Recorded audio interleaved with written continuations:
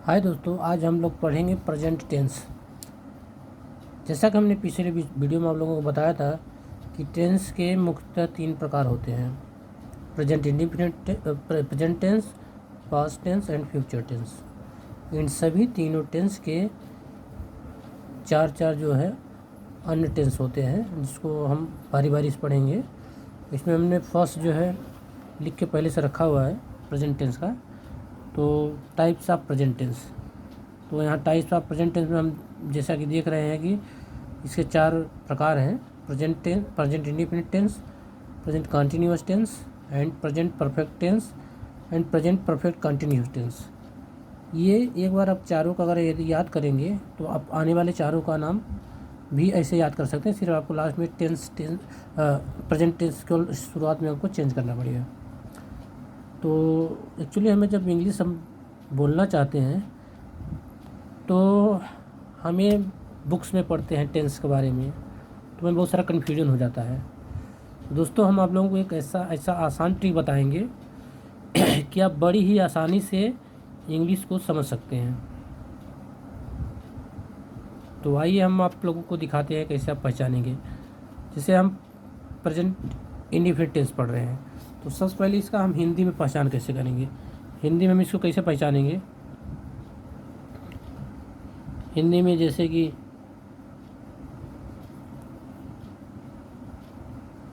राम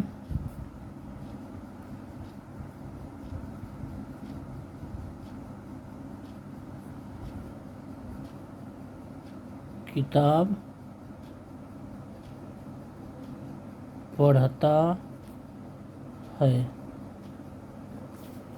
तो यहाँ पे जो पढ़ता है ता आ गया, तो किसी भी हिंदी वाक्य में अगर ता आ गया तो समझो वो वाक्य प्रेजेंट इंडिफिनिट टेंस में है।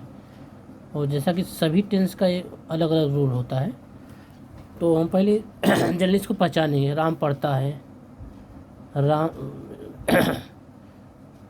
वह दौड़ती है,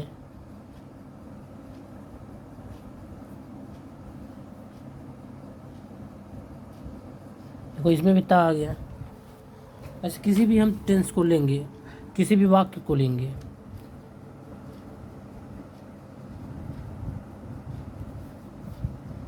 तुम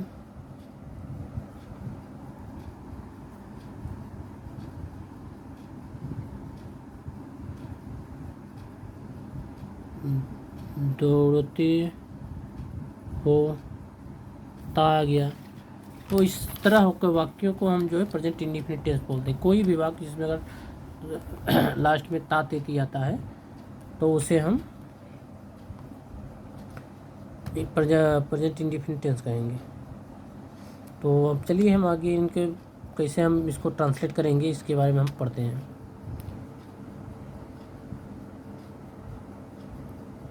जैसे राम किताब पढ़ता है, हमने पढ़ा हुआ है, तो उसका क्या हो जाएगा? राम किताब पढ़ता है। इसको हम कैसे ट्रांसलेट करेंगे? राम का राम लिख देंगे। दोस्तों, किसी भी टेस्ट अगर कोई भी वाक्य या सेंटेंस दिया हुआ है तो उसमें हमें पहले पहचानना पड़ता है कि ये वाक्य में क्या, कहाँ पे एक्शन क्रिया है, कौन सा करता है, कौन सा कर्म है। तो ये चीज़ आपको पहले समझना पड़ेगा कि इसमें कर्ता क्रिया कर्म क्या है। तो आप लोगों को बता दूं, कर्ता वही होता है जो जिससे जो वाक्य की शुरुआत करता है, या जो भी कार्य हो रहा है उसको जो करता है वही करता, जो कार्य करता है वही करता होता है। जैसे इस वाक्य में हम देखेंगे राम, राम क्या है? करता है। इसमें काम क्या हो रहा है? पढ़ने की क्रिया है। किताब क्या है? ये कर्म में आ जाएगा। तो हिंदी का जो हमारा वाक्य होता है और जो हम इंग्लिश में ट्रांसलेट करते हैं, दोनों में अंतर होता है। इसको जैसे हम ट्रांसलेट कर देते पहले, राम रीड्स अ बुक। यहाँ पर हम देखते हैं। तो अब इंग्लिश में कर्ता कहाँ गया, कर्ता राम है। इसमें क्रिया क्या है, रीड्स क्रिया है।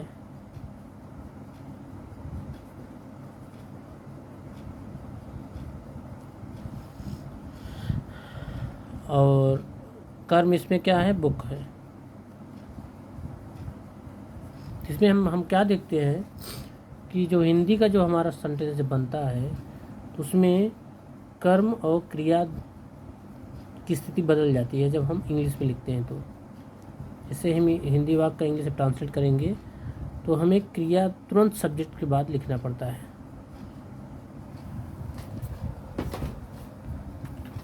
तो ये बेसिक रूल है किसी भी हिंदी से वाक्य को इंग्लिश में ट्रांसलेट करने के लिए। ये जो कि आने वाले हमें नेक्स्ट सभी टेंसों को जो हम पढ़ेंगे तो उसमें ये सामान्य जो प्रक्रिया है या सामान्य रूल है ये उसमें इस्तेमाल होंगी। तो यहाँ हमने देखा किस तरह हमने कर्ता क्रिया कर्म, तो ये चीज़ का हमें ध्यान देना पड़ता है। इसमें 3 चीज़ें हैं और किसी किसी में कर्म नहीं रहता है तो डायरेक्ट कर्ता के बाद हम क्रिया भी लिख सकते हैं। एग्जाम्पल के लिए हम देखते हैं,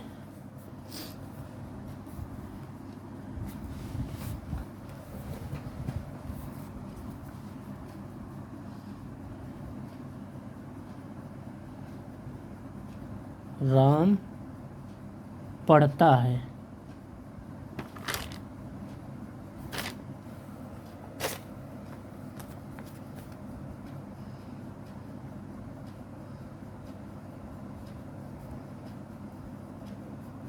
तो हम सीधा राम रीड्स लिखेंगे।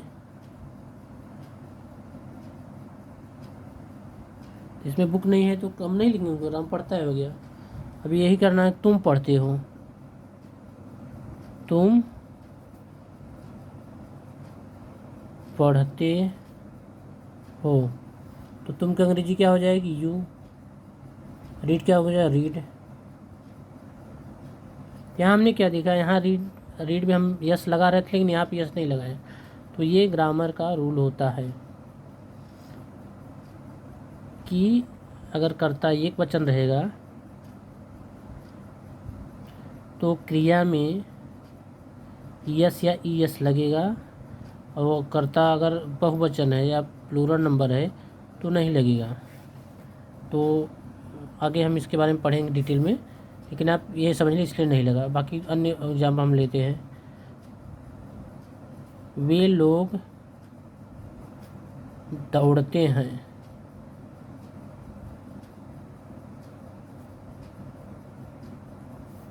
तो वे लोग की इंग्लिश क्या हो गया बच्चों,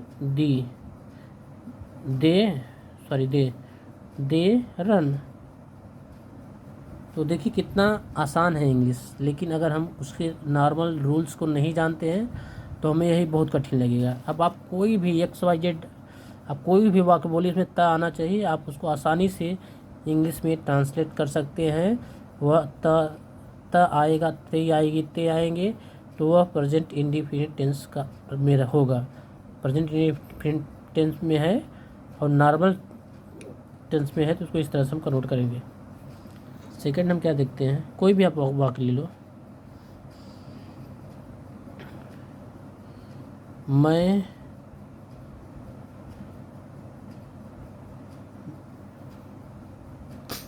टीवी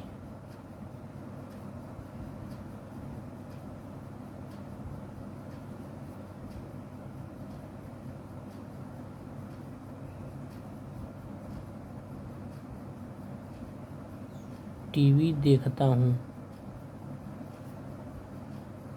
सिंपल हो जाएगा, आई देखना कि इंग्लिश क्या होता है, लुक होता है, लुक टीवी हो गया।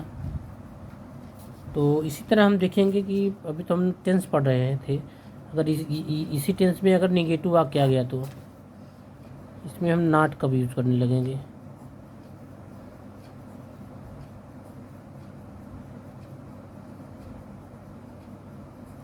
एंडज का, जैसे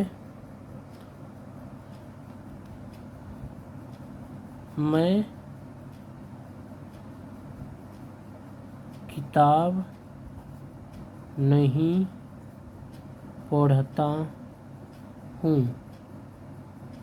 भी देखिए सेम वैसे है, सिर्फ इसमें नहीं एक एक्स्ट्रा वर्ड ऐड हो गया है, लेकिन ता है तो ये भी प्रेजेंट इंडेफिनिट टेंस है और प्रेजेंट इंडेफिनिट टेंस का ही नियम लगेगा। तो हम इसको ट्रांसलेट कैसे करेंगे, मैं एक आई लिखेंगे, ठीक है, उसमें हम कर्ता को पहले लिखते हैं, कर्ता के बाद जो है कर्म लिखते थे, सॉरी कर्ता के बाद क्रिया लिखते थे। तो इसमें अगर नहीं आ जाता है तो कर्ता के बाद हम नहीं की अंग्रेजी को लिखेंगे, लेकिन उसमें एक चीज़ ध्यान देंगे कि कर्ता सिंगुलर नंबर है प्लूरल नंबर है। अगर सिंगुलर नंबर है तो डज लगेगा, प्लूरल नंबर रहे तो डू के साथ में नॉट के साथ में लगेगा। तो यहाँ पे हम आई को क्या है, ये आई जो है प्लूरल में ही काउंट होता है। तो इसमें हम क्या लिखेंगे, I do not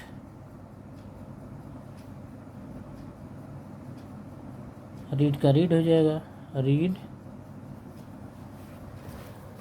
I do not read book. बस कितना सिंपल है, लेकिन अगर जो नहीं जानता है या जो इस तरह से नहीं समझता है उसके लिए बहुत कठिन है।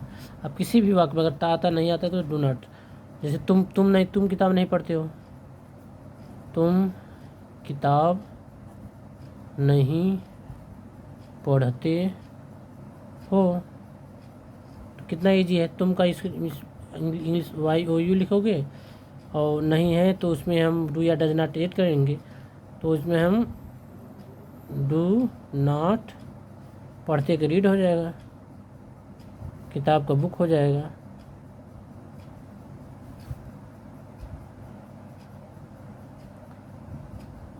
तो दोस्तों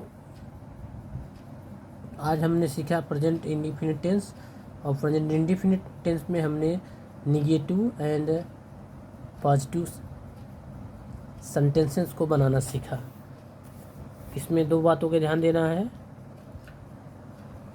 जब निगेटिव वाक्य रहेगा तो उसमें डू नॉट डज नॉट का प्रयोग होता है, और सिंपल में रहेगा तो उसमें जो है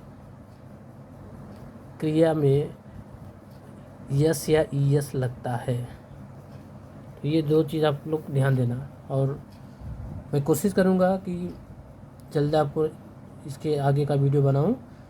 और अगर आप लोग हमारे चैनल पहली बार आए हैं तो आप ज़रूर हमारे चैनल को सब्सक्राइब कीजिए, और मैं नेक्स्ट टाइम